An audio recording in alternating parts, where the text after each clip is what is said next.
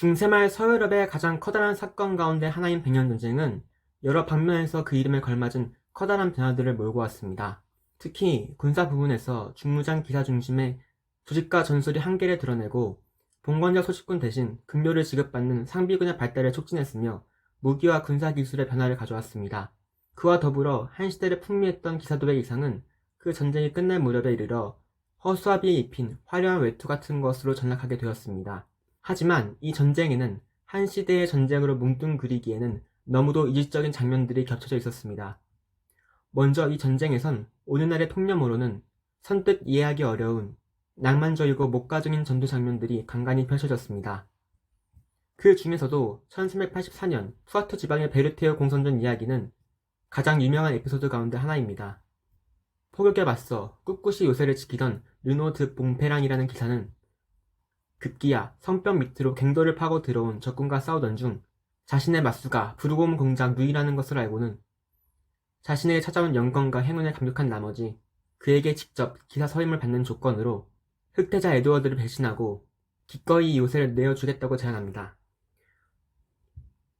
전투의 승패가 이렇게 결정난 뒤에도 양측의 기사들은 하나씩 갱도로 들어가 흥미진진한 맞대결을 몸소 즐기고는 다음날 약속대로 한편이 된 채 작별합니다. 1370년 프랑스 베리 공작에게 투항한 리모주를 되찾고 응징하기 위해 공략한 랭커스터 공작.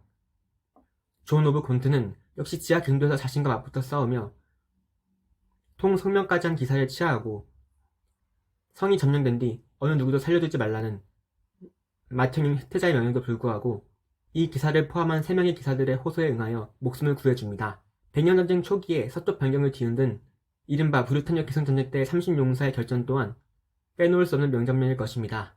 1351년 3월 각각 영국과 프랑스의 지원을 등에 업은 몽포르가 측의 플로에르메 성과 블루아가 측의 조슬랭 성을 지키는 군사가 제각기 30명의 투사를 뽑아 대차전 두 요새의 중간 지점에서 일종의 대리전으로 승부를 가린 이 사건은 후세의 길이 남을 기사도의 전설이 되었습니다. 이 같은 목가적인 에피소드들은 전쟁이란 즐거운 것이라는 구절에 고개를 끄덕이게 하기도 할 것입니다.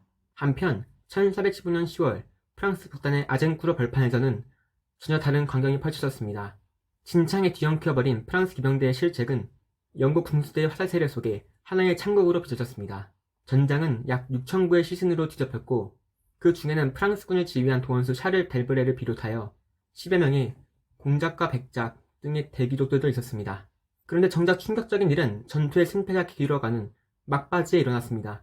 헨리 5세의 왕관을 포함하여 많은 물자를 실은 영국군 진영의 배후가 기습으로 야사됐다는 보고가 들어오자 프랑스군 후위대의 엄습과 포로들의 합세를 우려한 헨리 5세는 오를레안 공작이나 부르본 공작 같은 거물들을 제외하고 모든 프랑스군 포로들을 죽이도록 명령했습니다.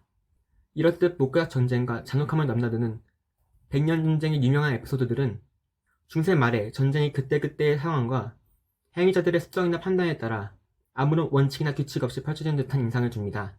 물론 모든 행위자들의 목숨이 걸려있는 전장에서 원칙이나 규범이 철저히 지켜지리라 기대하는 것은 무리일지도 모릅니다. 그러나 17세기 그로티우스의 국제판 인용이 등장하기 전에도 모든 시대는 전쟁에 관한 어떤 기본 관념들을 공유하고 있었다고 보는 것이 합당할 것입니다. 예를 들어 전쟁은 신이 정의와 불의를 가리는 하나의 재판이요, 천사는 악을 응징하는 신의 도립계라는 생각이 보편적으로 공유되어졌고 하이징하가 정치적 프로파간다로서 거듭 선언되었지만 결코 성사되지 않은 아주 특별한 형식의 기사도적 허구라 말한 제어들 사이의 결투는 이 같은 집단 관념이 없었다면 그야말로 국제적인 코미디에 불과했을 것입니다. 그러한 관념을 바탕으로 본능과 폭력이 판치는 전쟁터에서도 법과 간섭을 허용하는 어떤 한계선 같은 것이 있었을 것입니다. 법과 도덕 관념의 문제를 수반할 수밖에 없다는 점에서 필리프 콩타비의 말처럼 전쟁 또한 하나의 문화 현상인 것입니다. 중세 말에 전쟁에 관한 어떤 공유된 관념과 규범이 존재했다는 것의 가장 유력한 반증은 기사도가 여전히 전사들의 의식이 지배했고 기사도의 전문가인 헤럴드 등이 활동하고 있었다는 것이다. 전쟁과 관련된 많은 분쟁들이 고등 법원이나 다양한 군사 법정에 제소되었다는 것, 그리고 무엇보다도 동시대의 그러한 관념과 규범에 관한 서술들이 잇따라 쓰여졌다는 사실일 것입니다. 특히 레네노의 전쟁론은 국제법의 한 원천으로 평가되며 실제로 20세기 초에 국제법의 고전 총서의 일부로 편찬되었습니다. 이러한 주술들에서 논의하는 전쟁에 관한 모든 규범, 통치와의 전쟁법은 바로 로마법에 근거를 둔다고 여겨졌습니다. 제국의 이전으로 로마교는 로마 제국의 모든 권리를 계승했으므로 비록 여러 정치체로 나뉘어져 있다고 해도 기독교 세력의 백성들은 모두 로마 인민의 일부이며 따라서 로마법의 지배를 받기 때문입니다. 또한 로마 인민은 로마 교회에 속하기에 당연히 교회법의 지배를 받습니다. 그래서 기독교인들 사이의 전쟁에서는 포로를 놓여야 하는 것이 금지되어 있었습니다. 로마의 평화와 전쟁은 기독교의 평화와 전쟁과 결합하고 여기에 기사라는 특수한 범죄의 구성원들에게 공통으로 적용되는 규범, 즉 기사도의 간섭이 덧붙여졌습니다. 기사도는 신의 평화, 십자군 운동 같은 7세기 이후 서유럽이 추진한 대계의 연장선에서 태어났으며 실제 로마법이나 교회법 전문가의 영역이라기보단 주로 헤럴드의 전문 영역이었습니다. 요컨대 전쟁법은 로마법과 교회법, 그리고 기사 신분의 관습과 규범에 근거를 준다고 할 수 있습니다. 전쟁법은 군율과 급여, 서열에서부터 전투 신호, 노획물, 포로, 휴전, 동맹 등 매우 다양한 문제를 다뤘습니다. 그러나 이 모든 항목의 전제 조건은 바로 전쟁의 정당성 여부였습니다. 전쟁에 정당함이 없다면 그것은 전쟁이라 부를 수 없는 폭동이나 반란 같은 무분별한 폭력 사태일 뿐이었습니다. 13세기 초 전쟁의 정당성 여부는 신분, 재물, 이유, 정신, 권위 이렇게 5가지로 정형화되었습니다. 신분은 성직자가 아닌 속인이어야 한다는 것, 재물은 물질적 피해를 회복하거나 조국을 방어하려는 목적, 이유는 전쟁을 할 수밖에 없는 명분, 정신은 분노나 탐욕 같은 불순한 동교로 전쟁해서는 안 된다는 것, 권위는 전쟁을 선포하고 지휘하는 주체를 말합니다. 이러한 논의는 고대 로마에서 아우구스티누스를 거쳐 스콜라 철학자들에 이르기까지 면면이 이어진 이론을 집약한 것입니다. 그러나 실제 상황에서 이와 같은 조건들을 그럴듯하게 꾸며내는 것 역시 그리 어려운 일은 아니었을 것입니다. 아무튼 이 같은 전통적인 견해는 중세 말에도 여전히 유지되었지만 시대 상황의 변화에 따라 주목할 만한 관념상의 변화와 논점의 이동이 나타났습니다. 먼저 전쟁의 기본적인 이유로 공격을 강조하는 경향이 나타났습니다. 공공이익에 수호하는 명분은 적의 공격에 대한 대응뿐만 아니라 자발적이고 이기적인 불순한 동기를 호도하는 구실로 오용되기 쉬웠고, 이런 맥락에서 앞으로 다가올 자기 목적적인 국가가 모든 것에 앞서 이익을 추구하는 국가 이성의 등장을 예표하는 것이었습니다. 또 한 가지 중요한 경향은 정당한 전쟁의 기준에서 이유나 명분보다 권위의 문제가 더 중시되었다는 것입니다. 정당한 전쟁의 기준을 권위, 정당한 원인, 정당한 의도의 3가지로 제시한 토마스 아퀴나스 또한 권위를 첫 번째 요소로 꼽았습니다. 전쟁은 단순히 인간의 죄에 따른 악에 그치는 것이 아니라 그런 죄에 대한 응징과 교정이라는 적극적인 의미를 갖는 것이었습니다.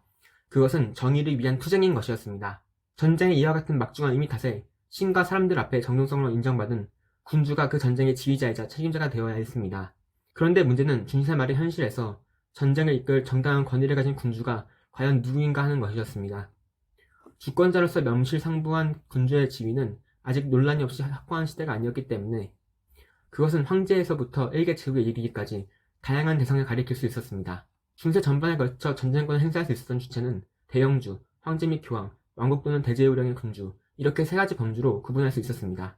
이 3범주는 각각 봉건적 견해, 로마법 교회법 학자의 견해, 세속국가 옹호자의 견해와 일치합니다.